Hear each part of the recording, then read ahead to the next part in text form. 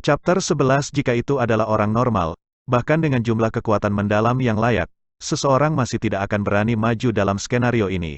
Tapi Xiao Che tidak ragu sedikit pun ketika dia berjalan langsung menuju masa bayangan putih yang tidak normal itu.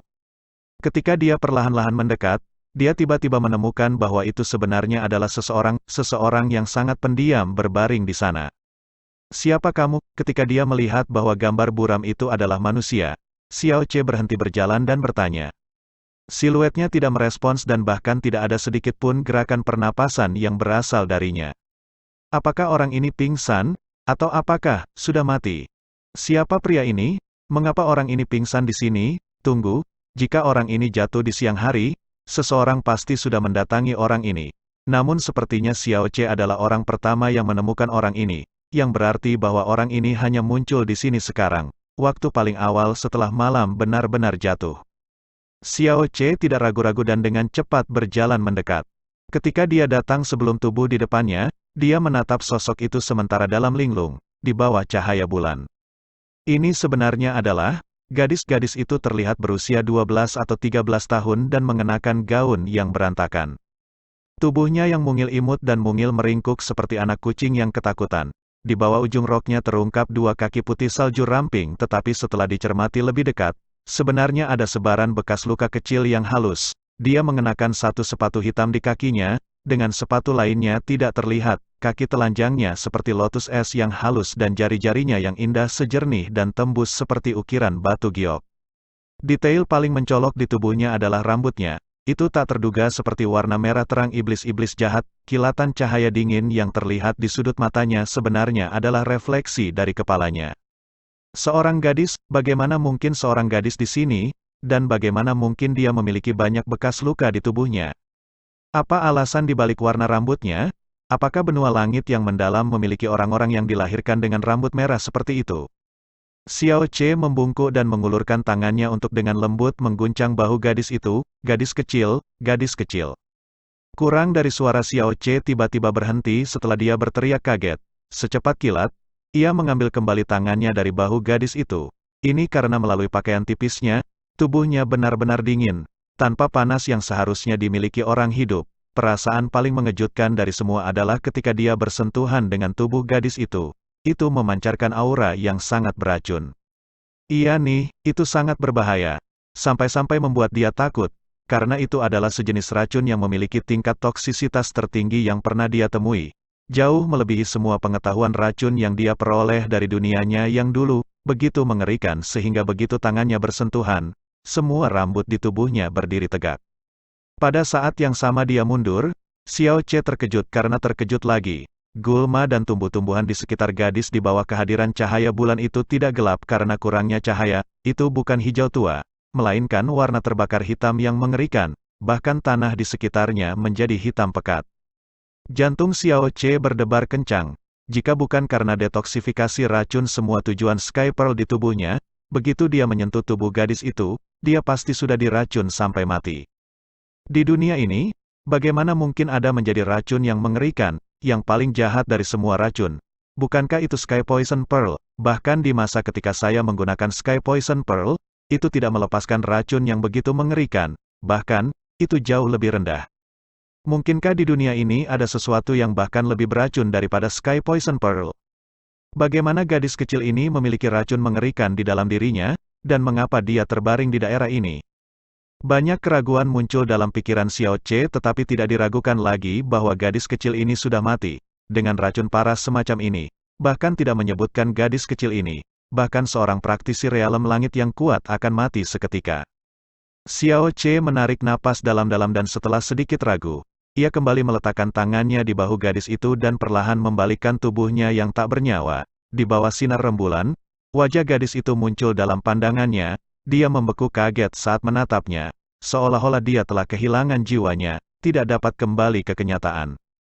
Bagaimana mungkin ada gadis yang cantik? Jiwa Xiao Che mengeluarkan tangisan tremor yang tak terkendali. Gadis ini sangat cantik, cantik mengerikan. Sangat cantik sehingga dia mungkin bisa mencuri jiwa. Jika dia tidak melihatnya dengan matanya sendiri, dia tidak akan pernah percaya bahwa gadis muda seperti itu bisa secara tak terduga melepaskan pesona yang mendebarkan. Merah seperti setan, Wajah Batu Giok putih. Masing-masing darinya fitur wajah semuanya indah sampai ekstrim dan semuanya digabungkan menjadi satu membuatnya sempurna luar biasa. Xiao Che tidak dapat menemukan kata-kata untuk menggambarkan penampilan cantik gadis ini. Dia jelas menatapnya dari jarak dekat tetapi dalam hatinya, dia merasa seolah-olah dia adalah ilusi yang hidup, karena dalam pikiran bawah sadarnya, dia tidak berani membayangkan bahwa ada seseorang di dunia ini yang memiliki wajah sempurna. Xia Qingyu adalah kecantikan nomor satu di Floating Cloud City dan bahkan di Kekaisaran Angin Biru. Mungkin tidak ada orang yang bisa dibandingkan dengannya. Namun, ketika Xiao Che melihat wajah gadis ini, dia tertegun. Seolah jiwanya telah dipukul dengan keras, dia tidak akan pernah berpikir bahwa dia akan begitu kuat mempengaruhi kedalaman jiwanya hanya dengan wajah seseorang. Dia hanya tampak seperti 12 hingga 13 saat ini. Jika dia tumbuh hingga usia Xia Qingyu saat itu tidak bisa dibayangkan, mungkin saat itu, dia dapat menyebabkan kekacauan hanya dengan senyuman. Tapi seorang gadis cantik dibunuh oleh racun yang belum pernah dilihat oleh ahli racun seperti Xiao Che, dan dia telah mati di tanah klan Xiao. Xiao Che tidak bisa mencari tahu racun apa itu dan mengapa itu ada di sini. Dia hanya merasa itu adalah kemalangan. Sangat disayangkan bahwa gadis cantik ini telah dihancurkan secara brutal. Orang macam apa yang sebetulnya cukup kejam sehingga tega membunuh gadis cantik seperti itu? Xiao Che melihat di vegetasi hitam yang terkontaminasi dan tanah di sekitarnya. Dia ragu-ragu untuk sesaat tetapi masih mengulurkan tangan kirinya untuk menekan telapak tangannya ke dada gadis itu yang dingin. Mutiara racun langit kemudian dengan cepat mulai mendetoksifikasi racun di tubuhnya. Ini adalah gunung belakang Xiao Clan. Menilai dari kekuatan racun di tubuhnya, jika terus menyebar, seluruh gunung bisa berakhir menjadi gunung mati. Meskipun kekuatan Sky Poison Pearl hampir menghilang, masih memiliki kemampuan untuk mendetoksifikasi racun. Mutiara racun langit di telapak tangannya terus bersinar, memurnikan racun di tubuh gadis itu. Segera setelah itu, Xiao Che merasakan sedikit fluktuasi di dada gadis itu dan melihat gadis itu perlahan membuka matanya, satu persatu. Dia memiliki sepasang mata iblis yang tampak sangat hitam yang melintas secara misterius seperti dia berkedip. Ketika Xiao Che bertemu matanya, dia merasakan horor yang setara dengan jatuh dari jurang yang dalam, yang membuat hatinya ketakutan. Gadis ini yang sangat beracun, tanpa napas, dan memiliki tubuh dingin yang mematikan, sekarang telah membuka matanya. Gadis itu mengulurkan tangan kanannya perlahan dan dengan kuat meraih pergelangan tangan kiri Xiao Che ketika dia masih kaget. Dia menggerakkan bibirnya dan mengeluarkan suara. Suara itu dengan jelas mengatakan, langit, racun, mutiara. Xiao Che bergetar seolah-olah terkena gempa bumi. Dia tidak bisa mempercayai telinganya. Sky Poison Pearl adalah objek yang dibawa ke sini olehnya dari Azure Cloud Continent. Itu tidak ada di benua Sky yang mendalam. Tapi gadis ini baru saja mengucapkan nama Pearl Poison Pearl. Apakah dia salah dengar? Atau itu hanya kebetulan? Gadis kecil, kamu diikuti oleh suara sakit mengerang tajam Xiao Che. Gadis itu membuka bibirnya dan dengan kuat menggigit jari kirinya. Darah kemudian mulai mengalir ke bawah jari tengah dan telunjuk Xiao Che. Semua mengalir ke mulut gadis itu, tanpa setetes pun di tanah. Karena khawatir, Xiao Che mencoba menarik tangannya kembali. Meskipun tangan putih salju gadis itu terlihat halus, cengkeramannya sekuat besi ketika dia menggigitnya sambil memegang tangannya erat-erat. Xiao Che telah menggunakan kekuatan penuhnya tetapi dia tidak dapat menarik tangannya. Matanya berangsur-angsur melebar ketika dia merasa seolah-olah semua darah di tubuhnya mengalir ke tangan kirinya oleh kekuatan yang tak tertahankan, untuk akhirnya tersedot ke dalam mulut gadis itu. Dia mengisap, darahku. Gadis itu menutup mata gelapnya yang menyeramkan dan mengisap jarinya dengan rakus, seperti bayi yang minum susu. Siapa gadis ini? Gadis ini memiliki jelas telah diracuni sampai tingkat yang mematikan. Namun dia meninggalkannya tidak dapat melepaskan diri dari genggamannya. Setelah berusaha sekuat tenaga untuk membebaskan diri berkali-kali, dia akhirnya menyerah ketika dia melihat wanita itu menyedot darahnya tanpa daya. Xiao Che sudah dilahirkan dengan tubuh yang lemah tetapi setelah kehilangan banyak darah, kepala mulai merasa pusing. Saat dia bertanya-tanya apakah darahnya akan dihisap kering oleh gadis yang tidak dikenal ini, rasa sakit dari jari tangan kirinya tiba-tiba menghilang, dan tangan yang memegang erat pergelangan tangannya perlahan melonggarkan. Xiao Che melangkah mundur, mencari pada gadis sempurna dengan ekspresi gelap, yang baru saja menghisap darahnya. Tapi setelah beberapa saat, gadis itu tidak melakukan apa-apa. Seperti ketika Xiao Che pertama kali melihatnya, dia hanya berbaring di sana dengan mata terpejam dan tidak bernafas. Xiao Che mundur beberapa langkah dan memandangi gadis sempurna dengan ekspresi gelap di wajahnya. Baru saja, gadis itu sudah jelas mengisap darahnya, tetapi setelah beberapa saat, gadis itu tidak bergerak sama sekali, tampak seperti saat Xiao Che pertama kali bertemu dengannya. Dia hanya diam-diam berbaring di sana dengan mata terpejam, tanpa suara dan terengah-engah. Embusan angin malam yang dingin berlalu, menyapu punggung Xiao Che dan tubuh gadis itu.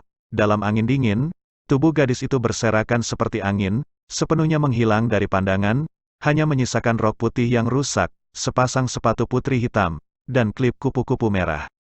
Xiao Che hilang, sensasi aneh datang dari telapak tangan kirinya.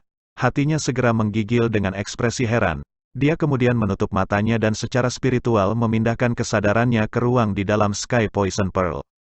Penyimpanan interspesial hijau di dalam Sky Poison Pearl disangka benar-benar kosong. Ketika dia masuk ke dalam saat ini, dia melihat tubuh batu giok putih salju mengambang yang tenang di depannya. Xiao Che melebarkan matanya saat dia menggunakan tangannya untuk menutupi hidungnya. Pertama kali dalam hidupnya, gadis ini adalah gadis kecil yang menghisap darahnya. Satu-satunya perbedaan adalah bahwa dia tidak memiliki seutas benang pun di tubuhnya dan tubuhnya yang telanjang bulat muncul di depan matanya. Matanya tertutup rapat dan wajahnya yang seperti salju tampak tenang. Rambutnya yang panjang dan berdarah jatuh, menari dengan sendirinya tanpa angin sepoi-sepoi. Kulitnya lembut, lembab, dan seputih bayi, lembut dengan lemak bayi. Alis gadis itu seperti bulu zamrud, pinggangnya tipis, dan kakinya lurus-lurus, seolah-olah terbuat dari batu giok. Meskipun dia masih muda, bagian atas tubuhnya sudah matang. Payudaranya yang seputih salju bagaikan dua mutiara giok di tubuhnya yang sempurna, selembut tunas bambu musim semi. Pemandangan yang indah, ini adalah tubuh yang masih belum matang, tetapi masih ada rilis pesona yang menakjubkan yang akan mencuri jiwa-jiwa di ketidakdewasaannya. Seolah-olah semua keindahan di dunia telah dikerumuni di dalam tubuh ini dengan sempurna. Xiao Che menggunakan kemauannya untuk berkonsentrasi sekeras yang dia bisa untuk mengalihkan matanya dari tubuhnya. Dia berbalik sambil masih memegangi hidungnya. Begitu dia melihat tubuh gadis itu, dia merasa seolah-olah darahnya akan mengalir ke atas. Dia percaya bahwa jika dia terus mengawasinya, darahnya pasti akan muncrat. Mengapa dia tidak mengenakan pakaian? Tidak, itu bukan poin utama. Dia sudah jelas menghilang sebelumnya, jadi bagaimana dia tiba-tiba muncul di dalam Sky Poison Pearl-nya? The Sky Poison Pearl telah menyatu dengan tubuhnya, jadi saya harus menjadi satu-satunya yang bisa mengendalikannya. Bagaimana dia bisa muncul di sini tanpa perintahku? Apakah itu karena dia menyedot darahku? Apa yang terjadi?